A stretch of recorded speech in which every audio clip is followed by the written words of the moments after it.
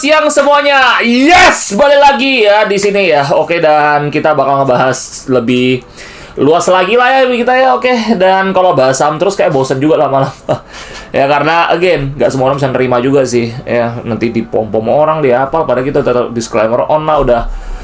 Gue cuma bantuin bahas bisnisnya seperti apa lo, ngajarin lo gitu ya. Ya again lah ya, pasti tetap ada oknum dan sebagainya lah ya. Anyway, ya kalian selalu nanya gue. Bang, beli saham tuh kapan bagusnya ya? Bang, sekarang masuk udah oke belum ya? Bang, ini kita lagi kayak mana nih bang, bisa masuk gak? Jadi gini, pertanyaan itu semua bagi gua itu cuma halusinasi sih. Halusinasi kalian aja sih. Ketakutan, kecemasan, banyak pikiran, yang boleh dibilang 99% itu nggak bakal terjadi juga sih. Ngerti ya? Karena ada survei membuktikan itu ini untuk psikologis. Apa yang lu pikirkan itu nggak bakal terjadi sih. Gitu loh. Itu cuma di sini semua. Battle of your brain gitu loh. Makanya gue bilang, setiap hari kita bangun tidur itu bukan tentang masalah diri lu lawan orang lain, bukan. It's about you versus you. Oke? Nah, jadi ada istilah seperti ini, ya. Time the market is better than timing the market. Gue udah sih ngomong ke orang juga sih. Time in the market is better than timing the market. Kenapa? Time in the market, lu yang nentuin sendiri. Kalau timing the market, lu mau ngapain timingnya marketnya? Timing market tuh nggak timing, cuy. Gue nanya kalian, bikin anak, emang ada timing bikin anak? Oh ya ini timingnya bagus nih bikin anak. Ya kalau mau colok aja, cuy. Udah buka baju, buka celana. Ya mau colok lah. Nunggu lagi. Kecuali lu lagi batuk, beda cerita. Kalau bukan lagi batuk lu normal ya hajar langsung kan. Ya kita kan gitu semua ya, oke. Kok jadi bahas lantangan. Anyway, jadi timing the market is better than timing the market. Intinya seperti itu. Ya jadi kalian tuh yang nentuin sendiri. Bukan tunggu timing marketnya, bukan. Jangan diatur orang lain. Uang lu, hidup lu. Oke? Itu ya. Tahun ini waktu terbaik beli saham atau enggak? Atau tunggu? Ya, timing versus valuation framework investor edition. Ini buat kalian. Ku persembahkan. Oke? Kita masuk dulu ya. Let's go. Kondisi makro sekarang ini fakta. Ekonomi Indonesia stabil, bukan murah juga, oke? Pertumbuhan ekonomi sekitar lebih kurang 5% normal growth. Inflasi rendah, lebih kurang ya 2-3% terkendali. BI rate masih relatif tinggi sih. Fase penahanan inflasi lebih tepatnya ini. Artinya ekonomi sehat, tapi belum fase stimulus. Dalam sejarah pasar, rebound besar lahir dari resesi, bukan dari ekonomi normal. Sekarang kita di late expansion atau mid cycle. Ini gue udah bahas di video sebelumnya. Ya, apakah bursa bakal ke 10.000 atau enggak. Dan kita sekarang lagi fase penyesuaian. Oke. Lo tau gak sih, yang lo cemasin di luar sana tuh gak ada cuy. Itu cuma media. Media itu memang kampret, tetek bengek itu semua itu media-media itu. Kebanyakan makanya gue bilang nggak semua media bisa didengar. Makanya kenapa gue cuma ikutin beberapa doang. Gue cuma ikutin media yang Pak Lok yang ikutin juga sih, udah gitu aja sih. Sisanya, nah, karena media bisa dibayar guys, gitu loh. Kita lihat aja, jangan salah loh. Beberapa program itu, ini sangat bermanfaat buat ekonomi kita. Oke? Jadi kondisi kita tuh baik-baik saja. Tidak seperti digembor-gembor di media sosial. Jadi kalau gue tuh seperti itu, liatnya. Jadi be realistic aja sih. Kita sebagai investor, kita bijak aja deh. Kalau memang buruk-buruk, bagus-bagus. Namanya hidup itu ada pro dan kontra. Selalu. Kebijakan ada pro dan kontra. Tapi yang paling penting adalah apa yang kalian lihat. Kita tuh stabil sebenarnya sih. Maka kenapa kita udah bisa mau swasembada energi juga, swasembada pangan. Sekarang kita gentengnisasi, MBG dan sebagainya. Itu memang untuk menunjang ekonomi kita. Kalau yang nggak bisa mikir sampai panjang gitu mah bahaya. Pasti ngasal nyocos. Tapi kalau kita investor, kita tuh udah bisa melihat arah bakal kemana. Gitu loh. MBG sendiri juga udah kayak memberikan kesempatan banyak UMKM juga yang jualan. Lo tau gak sih jualan tempat untuk naruh makanan lah, terus piring kaleng dan sebagainya. Itu semua itu kan dari UMKM juga sih. Gitu loh maksud gue loh. Banyak cuy. Gue liat di TikTok aja ya, di TikTok ya. Banyak orang jualan barang-barang supplier untuk UMKM juga banyak loh. Sekarang live loh mereka loh. Jadi dari sana aja lihat. Ngerti ya? Lihat dari lapangan fakta langsung. Mereka aja banyak ini jualan. Supplier untuk kebutuhan MBG. Butuh kitchen setting, butuh meja untuk pemotongan atau banyak itu malah laku. Gua rasa itu malah perputaran ekonomi cepat banget menurut gua. Karena bakal ada supply and demand juga kan, masalah supply and demand kan. Dan orang-orang yang ngejual alat-alat ini semua bakal minta dari mana? Distributor kan. Distributor minta dari mana? Dari pabrik kan. Ketika pabrik bekerja dengan banyak, apa yang terjadi? Ya bakal langsung punya income kan. Jadi uang itu muter terus, compounding, makin gede. Jadi kita itu memang stabil, tapi bukan murah juga gitu loh. Ya ini kita mau kondisi sekarang dulu nih. Ya, dan the next thing is ya gentengisasi. Awal mungkin kita dengar ya, kok kayak gini. Tapi setelah gue pedalami lebih dalam lagi, ya memang udah on track semua kayak gue bilang. Jadi gak ada yang aneh. Oke, it's all normal sih menurut gue sih. Cuma penyesuaian aja sih. Again, seperti itu ya. Jadi kalau kita sebenarnya sehat, tapi belum masuk fase stimulus saja sih, ya. Jadi kalian mesti keep in mind soal ini juga, dan kalian mesti bisa analisa sendiri lah. Kalau ini kan gue bantu analisa. Oke, ini bantu kasih tanggapan dan pandangan gue juga. Jadi kalian juga jangan dengerin gue mentah-mentah. Kalau kalian merasa ini nggak bagus, ya bilang nggak bagus aja, udah gitu ya, nggak apa-apa. Gue lebih prefer orang kayak gitu sih. Gak usah 100% ikutin gue terus. Ya, oke, lanjut. Ini B. Pasar saham bukan ditentukan perusahaan dulu, tapi oleh arah yang global. Situasi sekarang, suku bunga dunia masih tinggi. Ya, dolar masih kuat, dana global masih selektif ke emerging market, karena masalah MSCI juga itu. Dan kita baru tahu ya, kalau nggak salah, Indofood juga udah turun kasta tuh, dari ke small cap ya, MSCI small cap itu. Yang keluar dari small cap itu ada Aces ya kalau nggak salah. S Hardware juga keluar itu dari sana. Ya kan? Dikeluarin beritanya. Sama kalau nggak salah satu lagi apa ya, gue lupa. Sama siapa lagi yang keluar itu ya, yang dari MSCI ini. Bentar gue cari dulu. Yang keluar itu Cleo keluar juga ya. MSCI Indonesia Small Cap keluar mereka. Micro Cap malah nggak ada masuk. Jadi mereka udah, ini boleh dibilang MSCI lagi bersih-bersih nih. Lagi bersih-bersih banget. Ini iya, namanya juga penyesuaian, dan ini boleh dibilang jackpot sih buat kita sih. Banyak sama under value cuy jadinya. Oke. Dana global masih selektif ke emerging market, akibatnya harga saham tidak murah, tapi juga tidak mahal. Ini fase paling bikin investor bingung. Sebenarnya sih seperti itu sih. Jadi kita tuh gantung. Contoh kayak batu bara. Kalian yang asik ribut masalah Epstein Fala, terus masalah hura-hiri sana sini lah ya, perang-perangan dan sebagainya. Kalian sadar nggak batu bara lagi naik loh? Nggak ada yang sadar kan batu bara lagi naik loh. Itu namanya pengalihan isu yang dibuat oleh elit global sebenarnya sih. Makro-makro ini semua. Batu bara pelan-pelan lagi naik nih. Nggak sadar. Kemarin gue pernah bilang, kemungkinan besar batu bara bisa terjun di sini. Ya, ternyata kabut asap ini bercerita kebalikannya. Mereka sebenarnya batu bara emitennya ini udah under value, udah pada sideways, udah under value, udah di bottom semua ternyata. Tapi tidak mengikuti harga Newcastle Coal. Dan apakah ini bakal berdampak sama laba mereka di kuartal 1? Oh iya pasti banget, karena batu bara lagi naik gitu loh. Ya karena kalian kena distract, kita ngomong seperti itu. Nah, oleh sebab itu makanya kayak gue bilang, ini fase bikin investor bingung. Jujur gue juga bingung. Karena gini, seperti contoh emiten batu bara nih, kan rata-rata under value, memang under value, tapi banyak gantung juga kan. PBV 0,5, 0,6 gitu-gitu semua. Kalau misal batu bara udah selesai cycle-nya itu biasa bisa 0,2, 0,3 PBV-nya gitu. Tapi ini kayaknya mungkin karena inflasi dan sebagainya ya. Jadi mungkin dia udah kena tahan lah, kita ngomong lah, untuk harga batu baranya. Ya, jadi valuasinya juga ketahan gitu loh, kita ngomong loh. Ya.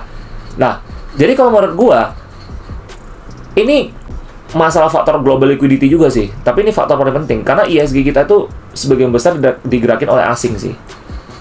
Ya, jadi itu salah satu catatan penting buat kalian juga. Oke, gue lanjut dulu ya. Jadi masalah ini juga dolar masih kuat banget sih. Suku bunga dunia masih tinggi juga. Karena kalau misalnya kita terlalu ofensif, yang terjadi adalah NPL kan, ada NPL, non-profit loan. Kredit macet. Itu bahaya cuy. Kalau semakin besar tuh masih bahaya, jangan. Jadi kita kalau bisa main defensif dulu gitu. Oke, lanjut dulu ya. C. Foreign flow. Market Indonesia naik saat asing masuk, turun saat asing keluar. Saat ini inflow belum konsisten, masih risk off mode. Berarti belum fase akumulasi besar. Nah, asing itu bakal masuk ke kita kapan? Ketika kita sudah ada kepastian.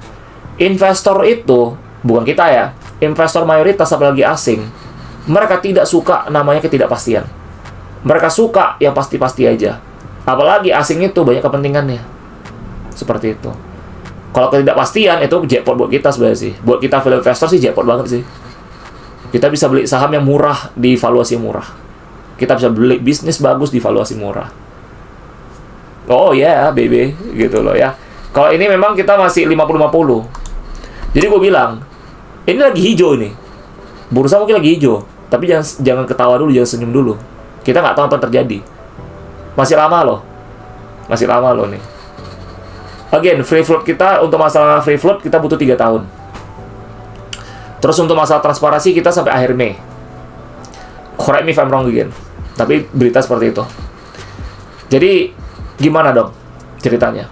Ya, lu sebagai investor, lu mesti bisa berpikir lebih waras lah, kita ngomong lah. Lu kalau bisa menganggap ini peluang, sikat. Karena kalau ketika udah rally, itu bukan peluang lagi, itu udah bencana cuy. Kalau udah rally itu bencana. Tandanya apa? Tanda keluar. Simple, beli saham itu simple banget. Bukan ketika udah rally baru lu beli. Itu namanya orang goblok. Ngejar-ngejar roket gak jelas, orang-orang sangean kita ngomong gitu loh. Iyalah, orang sangean semua itu. Nafsu gak ditahankan. Dicerot sana sini ya. Terakhir dihajar orang lu habis itu. Ya, lanjut. Kesalahan besar investor. Nah, ini kalian semua ini ya. Investor selalu nanya kapan waktu terbaik beli. Ini selalu nanya ke gua. Kadang sampai gondok gua. Tapi gua bisa maklumin sih. Again, gak semua orang bisa kayak gua mikirnya. Atau kayak Warren Buffett atau Lo Kehong, gak bisa. Dan gua ngerti banget. Karena banyak orang bisa terpengaruh sama media sosial juga. Pemikirannya harus di-reset ulang dulu. Pikiran kalian tuh harus diutak-atik lagi. Karena kalian tuh udah kemakan banyak toksik kita ngomong di luar sana.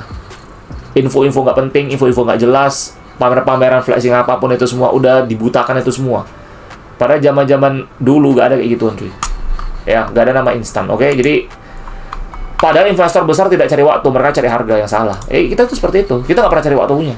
Lu nanya gue kan, kapan masuk? Gue nggak tahu. Yang penting gue nampak emiten gue punya slot, gue nampak emiten yang bagus, dan gue kebetulan ada cash, ya udah gue masukin semua, habisin semua duit gue. Habisin! Masukin semua. Ya udah gitu aja. Simple. Oke, kalau gue sih seperti itu. Ya, again, nggak semua orang bisa kayak cara gue. Atau cara Pak Lo Kehong, atau cara Warren Buffett. Nggak bisa semua orang kayak gitu. Bahkan di buku ini dibilang juga, buku The Warren Buffett Way, kita itu bukan mau jadikan diri kita sebagai Warren Buffett-nya gitu loh. Tapi kita ikutin caranya aja sih. Bukan menjadi personality Warren Buffett. Oke? Kalau gue sih copy paste caranya aja sih. Gampang sih di saham itu asli. Ya, ini kesalahan besar kalian ini, investor ini. Waktu paling ekonomi apa nih ya? Kita ngomong ini 3 jenis waktu beli. Ini dari gue buat kalian semua ya. Kalau dari pengalaman hidup gue dan dari apa yang gue baca dan segalanya, gue bisa simpulkan ada 3 jenis waktu. Ya. Yang pertama, waktu paling enak comfort buy. Ekonomi bagus, berita positif, market naik, aman secara emosi, jelek secara return. Inilah tempat banyak orang cut loss sama gila, pinjol semuanya. Karena kalian ngejar roket. Kenapa gue bilang comfort buy? Ini gue sarkastik sih buat kalian sih. Gue sarkas sih. Pembelian nyaman. Mayoritas orang itu ngejar roket kayak orang ngejar apa? Ngejar tulang gitu loh. Lo tuh macam apa ya? Macam ngejar apa lah, dedak lah, kayak jagung lah. Lo tuh kayak ayam, tapi orang gini, ini nih ada jagung nih, sini gitu loh. Ya, kayak gitulah. Jadi ayam ya, jadi poultry. Ya anyway. Dan ini juga logikanya ya. Kalian ke pasar, ke supermarket, ke manapun beli barang mau nawar. Tapi masuk pasar saham, nggak mau nawar, ya ada malah beli mahal. Gobloknya di mana ya tuh? Makanya kemarin gue di live gue bilang apa? Kalian cuma jago di kandang doang. Cuma jago di kandang, di pasar modal jadi ciut kalian. Buktikan dong diri kalian. Suka tawar-menawar di publik. Di pasar modal, tawar. Ngejar roket. Mahal lah, nggak mau lah, nanti duit gue habis. Gue nunggu valuasi murah aja deh baru gue beli. Jual mahal, jangan murahan jadi orang. Nah, gitulah. Oke, gue jadi motivator banget ya, sumpah. Ya, jadi inti seperti itu. Aman secara emosi, jelek secara return. Ya, oke. Hati-hati kalian. Ya, banyak itu. Masa sampai kalian mau gue bikin rescue MSCI nanti ya? Jangan sampai bikin gue itu konten rescue itu jangan sampai gue buat lagi. Itu sih bikin malu kalian sih sebenarnya sih ya. Gue lanjut dulu ya. Next, waktu terbaik value buying. Ekonomi normal, sentimen ragu, harga diskon sebagian. Ini fase sekarang sih. Investor pemula bosan, investor besar mulai masuk pelan-pelan. Ya, seperti gua. Seperti gua. Gua sih sebenarnya udah masuk ketika kita punya market belum kemana-mana juga sih. Gua udah beli saham-saham gua juga sih. Makanya gua bisa beggar sampai sekarang.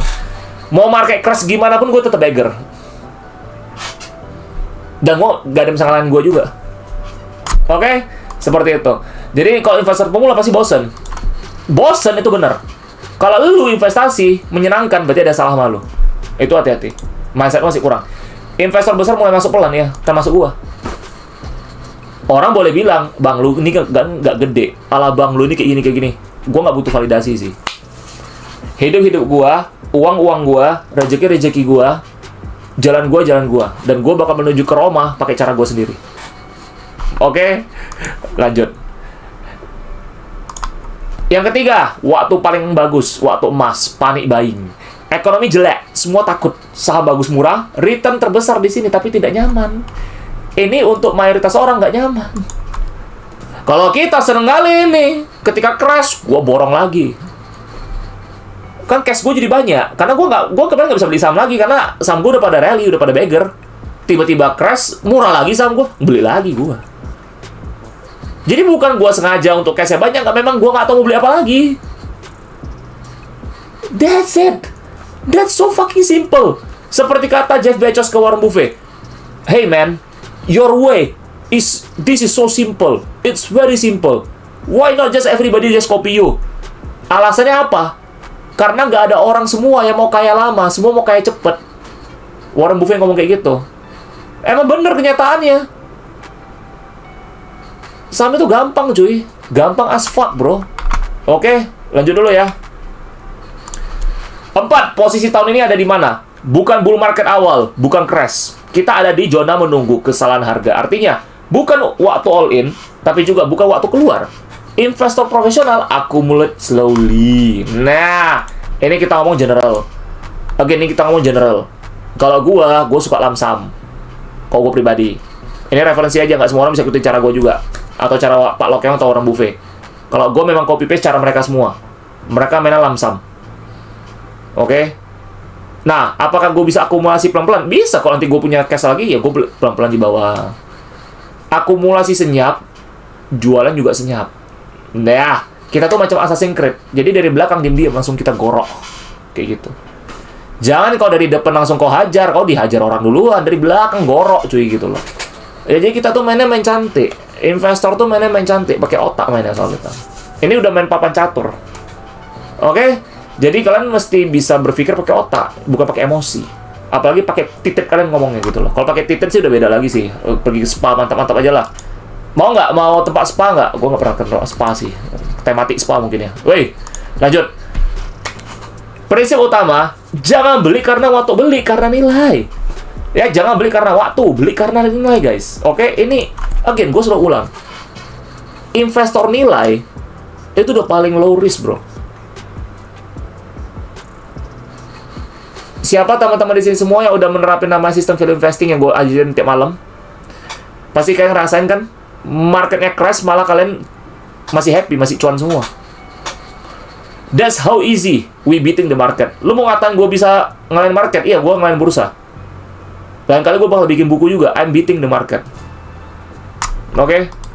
Dengan strategi gue. Untuk modul-modul gue bisa ngajarin di... Itu gue ada kasih modulnya juga. Biasa gue bawa di live. Terus gue juga ada membershipnya yang YouTube. Itu gue ngajarin modulnya. Dan kadang ada orang prefer sama gue gitu. Nge-DM gue gitu. Ya gue ajarin semua kayak gitu. Di situ ya. Oke, lanjut dulu. Ini strategi investor juga. Bangun watchlist yang pertama. Bukan cari saham naik, tapi cari saham yang bagus yang mau jatuh. Ini yang gue selalu lakukan. Lagi downtrend parah, sideways parah. Itu gue cari, itu gue beli. Bukan lagi uptrend. Yang kedua, beli bertahap. Bukan averaging rugi, tapi averaging under value. Itu gue lakukan. Gue tuh fleksibel. Semua jenis investasi strategi gue pakai. Lamsam lah, witness lah, DCF lah, semua gue lakuin. Sama kan? Contoh nih, gue beli di 300. Gue nggak mau tahu. Gue beli dulu aja, masuk dulu. Tiba-tiba dia terjun ke 260. Ya gue beli lagi. 260 naik lagi ke 280. Ya gue beli lagi. Semua sistem gue pakai. Karena gue udah hitung valuasinya. Gue udah tahu kemana arahnya. Dan nggak bakal ada yang bisa ngalahin gue kalau gue hitung valuasinya. Seperti itu. Karena gue paling kuat di hitung-hitung valuasi. Oke, sama brainstorming gue. Ketiga, simpan cash sengaja. Cash bukan takut. Cash opsi beli masa depan. Ini buat pemula, kayak gue bilang. Kalau kalian udah di jam terbang kayak kita, ya kalian bisa lebih fleksibel. Tapi bukan berarti kalian bisa berkutat sama persentase berapa banyak cash yang mesti kalian pegang. Enggak. Kalau kalian terlalu berpacu sama itu, kalian bakal kaku banget dan kalian tuh nggak bakal ngerti apa yang kalian beli. Kepercayaan diri kalian nggak bakal lahir sih. Oke? Jadi kalian mesti sesuaikan sama kondisi dan resiko masing-masing. Oke? Again, kayak gue ulangin, nggak semua orang bisa seperti gue, seperti Pak Okeong atau seperti Warren Buffett. Kalian mesti punya resiko kalian masing-masing. Oke, ini gue cuma bantuin kalian nge-sharing apa yang gue tahu juga, dan kalian yang nentuin sendiri. Ya, karena hidup orang beda-beda. Oke? Ya, jadi ini untuk pemula, simpen cash. Kalau kalian masih ragu, jangan beli dulu, tahan dulu cashnya. Oke. Sip. Yang penting mindset dan konsistensi dulu aja. Ya? Lanjut. Ini Charlie Munger pernah ngomong, kesempatan besar datang jarang. Saat datang harus siap, gitu loh. Jadi kita udah mesti siapin baskomnya. Nanti kalau hujan emas jatuh, kita mesti siapin baskomnya. Jangan hujan emas udah hujan emas, lu masa nggak siapin baskom sih? Siapin baskom lah. Wah, gila, nampak cewek cantik aja lu datang aja lu aja. Ayuh, masa hujan emas lu nggak berbaskom sih? Ya kan, lanjut dulu ya. Tahun ini bukan tahun jual semua atau tahun all in. Tahun ini adalah tahun persiapan kekayaan. Orang kaya beli sebelum bull market. Orang ramai beli saat berita bagus. Jadi kesimpulannya seperti itu. Jadi yang mau gue sampaikan adalah sarkas semua ini. Just focus on what you are doing. Konsisten dengan apa kamu lakukan, yaitu investasilah sesuai dengan kaidah investasi pada umumnya. Jangan terlalu banyak dengerin tetek bengek di luar sana. Dan fokus ke bisnis kalian aja. Oke? Oke, itu yang bisa gue kasih tau kalian. Jadi kapan waktu buy? It depends on you. Karena lu yang men-time market, bukan timing the market. Oke? Sip? PR buat kalian semua. Kalau mau berubah hidup, lakukan ini. Pilih 5 saham bagus, tentukan harganya murahnya bukan harga hari ini, ya. Jadi kita ngomong valuasinya. Tunggu market kasih diskon. Jangan beli sebelum harga datang ke kamu. Lo mesti bisa hitung valuasi dulu. Ini PR buat kalian, kan bisa nunggu gak? Bayangin aja gue nungguin Toba dari tahun 2021 ketika dia rally sampai 1.400 setelah stock split. Gue mesti nungguin berapa tahun? Gue mesti nungguin sampai 2 tahun sebelum dia terjun ke 300. Gue beli. Dan gue average down, gue average up lagi. 300 sampai 240 average gue dulu. 2023 gue baru dapat kesempatan beli dia. 2025 gue beggar 330%. Dengan average gue 297, gue jual bertahap dari 800 sampai 1200. So fucking easy. Dan gue totalnya berapa tahun berarti? Dari 2001 sampai 2025, berarti 4 tahun kan? 2 tahun pertama observasi dan menunggu. 2 tahun kemudian, gue bisa beli dan gue bisa merasakan profitnya. Jadi bukan ngejar kereta, guys. Lu kalau ngejar roket, ngejar kereta, umur di bursa lu bakal lama banget. Bakal singkat sih. Lu bakal singkat umurnya di bursa. Nggak bakal lama. Di bursa itu tempat long game sih, bikin aset lo bekerja. Lu tingkatin value diri lo, biarkan uang bekerja. Kalau lu bisa fokus ke value, uang bakal jadi budak lu sih. Lu bukan jadi budak uang, tapi uang yang jadi budak lu. Mereka bakal sujud sama lu. Uang ini bakal sujud sama lu langsung. Oke? Semoga bermanfaat. Sampai jumpa. Dan ada satu lagi nih. Betul buat kalian seperti biasa, kamu tidak dibayar karena aktif. Kamu dibayar karena benar. Jadi kalau kita analisa benar, kita dibayar. Kalau nggak benar, kita belajar lagi. Jadi nggak ada rugi di bursa saham. Bursa saham itu tempat yang paling baik dan paling kondusif. Dan gue merasa bursa saham is the best. Gue sampai kapanpun bakal mendukung bursa efek kita. Oke? So, doakan yang terbaik untuk bursa kita juga ya, yang lagi penyesuaian masa MSCI. Dan segalanya berjalan dengan lancar. Oke? Dan have fun. Enjoy your day, stay safe, and see you. Take care, bye-bye.